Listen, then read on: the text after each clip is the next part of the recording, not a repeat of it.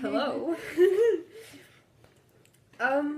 We have a pretty... Okay, so we hope you enjoyed our last video that we just did about Andrew's testimony and the right or wrong, the narrow path or the broad path that us Christians walk on with Jesus, though we can't take our friends along with us.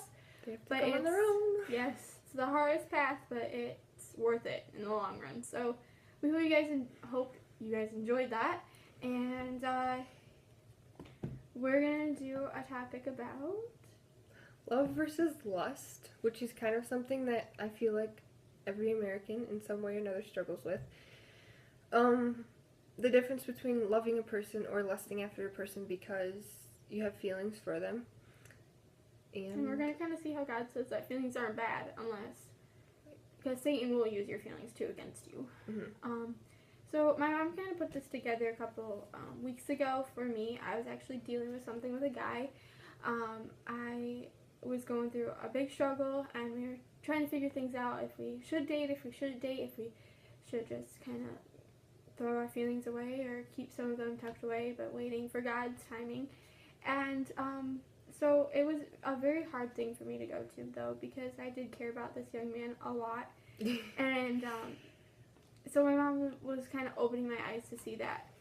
Do you care for him in the way that you'll give your things up, you'll give stuff up for him instead of just having him give you everything and being selfish. And through this process with this guy, it's opened my eyes. God has really opened my eyes to seeing that I was selfish. I was very like me. Oh, we can do this because I want to do it, or we can do this because I want to do it. I never really thought about his feelings. So things are good, but slowly things are healing too, because I did care for him a lot, and I still do. But we're working through things one step at a time and one prayer at a time too. So we're going to start with some Bible verses, if you want to start with your first one. Sure. I have Matthew 22:34-40, and when it says he's talking about Jesus. When the Pharisees heard that he had silenced the Sadducees, they came together, and one of them, an expert in the law, asked a question to test him. Teacher, which command in the law is the greatest? He said to them, love the Lord your God with all your heart, with all your soul, and with all your mind. This is the greatest and most important commandment. The second is like it. Love your neighbor as yourself. All the laws and the prophets depend on these two commands. And so, basically, love isn't wrong. In fact, love comes from God. But lust is wrong. You know, looking at someone, even though you're married or have a boyfriend or in a relationship or something, and looking at someone else and saying, oh, they're cute, or oh, I like them, or oh, they're really pretty. And somewhere in the Bible, maybe that's one of our verses, it says, even looking at someone with lust, you've already committed the sin in your own mind. And so it is, as it says here, love your neighbor as yourself. It's God's command to love everyone. It isn't always easy to love everyone, and it's very easy to let your feelings get in the way and turn your love into lust, and it's really easy to fall away from that. But like in our other video, we said you don't always have to love what they do, but you love that person because they are a child of God. For sure. So I have 1 Corinthians 13. So we kind of reference this throughout the whole thing. So it's not just, oh, we're going to read this whole long verse and not discuss anything about it. But if I speak in the tongues of men or of angels, but do not have love, am I only a resounding gong or a clanging cymbal?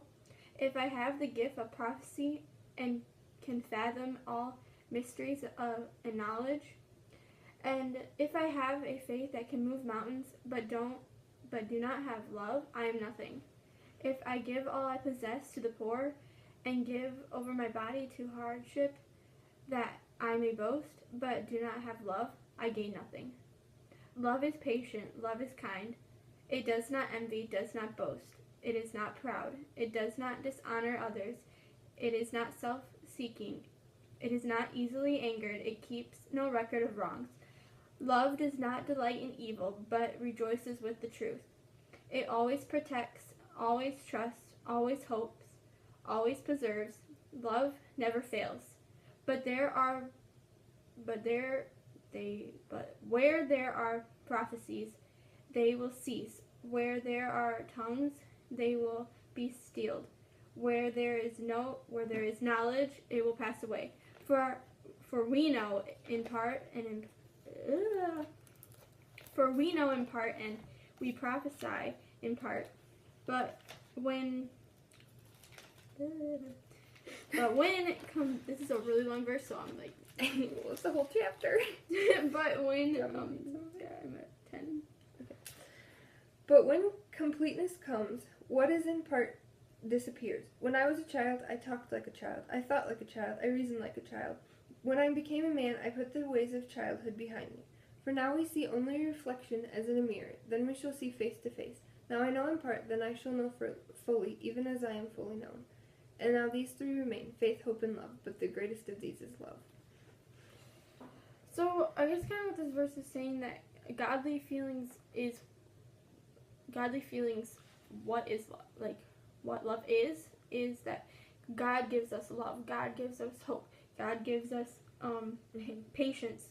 God gives us kindness because He loves us. So He gives us all these feelings of love, hope, patience, and kindness, not to be used for Satan's evil doings or anything. It's for us to prosper. It's for us to grow.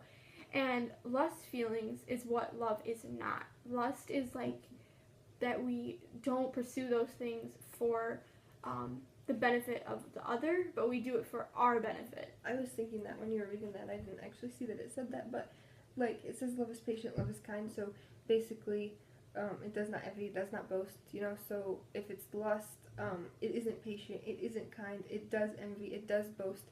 So it's kind of when it says like love is not self-seeking. So we aren't thinking about ourselves when it's love. Right. But when it's lust, it's selfish. It's what can I get out of you instead of what can I give to you. And I didn't realize that when I was like selfish, and I had that part of lust where I was thinking selfish. And now I've opened up my eyes and seen that I need to be more love in the way of not being selfish. Yeah. I was telling Shelby before that I was watching a video and it was that love, I forgot what it said. What did I say? Well, we'll come back. She'll probably it'll come back. So we'll come back to that in another point too. So that's a really good verse as well. All right, my next verse is Proverbs 4:23.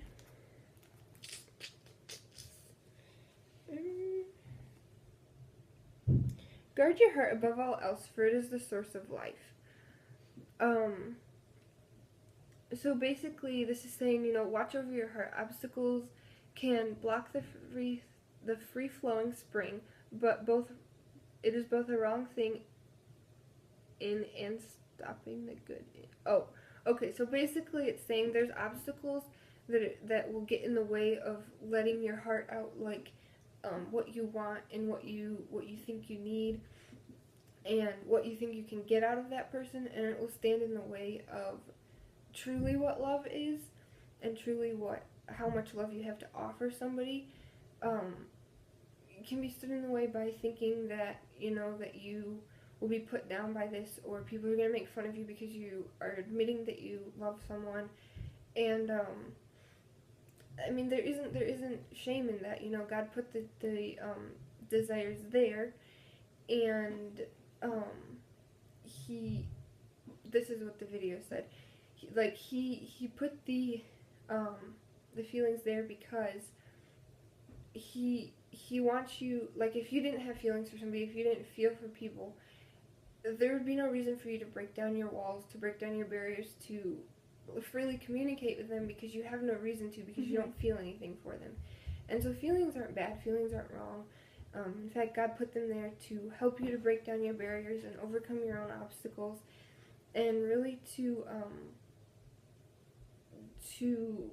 if marriage is the end result for you and this person, to become one, really. And well, like, even there are second half. Like, I saw this quote on Pinterest, and it's like, we have two hands, we have two eyes, we have two ears, we we have 2 feet, but we only have one heart, and our heart is waiting for our other partner. And God placed another person to complete us. We are to find the person that is strong in our weakness, and then we are strong in their weakness. So we work as one, and we bind together, because if your husband or if your boyfriend or whoever God has in mind for you to marry, their breaking point or their problem or their thing that they struggle with, but you're strong and you can bring them up and we can do this together and through God. So God has given us our forever person, because he knows that we have these barriers and we have these walls that we need someone to literally break them down to help us in a way. Yeah. I was looking at a couple of quotes last night too, and one of them was that I may come from a broken family or something broken, and everybody's broken in some way or another, and in some way your foundation is crumbled and your spouse's foundation is crumbled. But if you take the pieces from both of them and you put them together, you can build your own firm foundation. And also that God actually created that other person with you in mind. And I think that's really, really cool. So I have Matthew 5:27-30. This is about adultery, and it says, this is actually Jesus speaking to us. You have heard that You have heard that it was said, you shall not commit adultery. But I tell you that anyone who looks at a woman lustfully has already committed adultery with her in his heart. If your right eye causes you to stumble, gouge it out and throw it away. It is better for you to lose one part of your body than for your whole body to be thrown into hell. And if your right hand causes you to stumble, cut it off and throw it away. It is better for you to lose one part of your body than your whole body to go to hell. It's not literally meaning we have to cut our body parts up, but it's like... I was watching a video about this verse, and it basically was saying, like, not necessarily body part, but when you're really close to somebody, they kind of become a part of you, and if that person is causing you to stumble or causing you to sin, then you want to let go of that person as much as it will hurt you because you love them. If they're the reason that you're sinning, then you kind of have to cut that out of your life. So it's like saying that, like, if we look at men or we look at girls with a lustful desire, and we're using our eyes to look at them that way, it's kind of saying, like, put blinders on, in a sense, that, like, put your sunglasses on and say, no, God has a different desire for me, not to be in this position. Right. And, like, with your hands, it's saying, like, in physical touch. Exactly. Where you don't touch a woman unrespectfully, or a guy. Or a guy in a sense too. So your hands and your feelings have to be respectful in a way too. Or too, if you have like a friend that says, "Oh, look at that cute guy, let's go talk to him," or something like that. Or let's go see if he wants to go party tonight or something like that. Like that would be... You're putting yourself out there for danger. Exactly. So that kind of a friend isn't necessarily a good influence on us as Christians. Yeah. So definitely. And that's hard because I agree. We don't want to give up on those people. Exactly. Because we want to bring them to Jesus. But if they're so firm in what they're doing, they're going to pick at you. And you know, because you could be, Christians in a sense are very, like we don't really, like, because we are so, like, kind of closed and, like, we don't see the world really, because we see it in other ways as God has put it into our hearts. So they're going to, like, kind of pick at us and say, and pick at our little spots and be like, oh, but you should totally do this. And they can back it up with scripture too, but they can back it up to make it something they want. Yeah. And I feel like too, like, don't necessarily completely cut them out altogether, but... You might not just go... Don't spend all your time with them. Like, you might not go and hang out with them on Sundays. We're going to have to make this part 1, but we'll be back with more parts.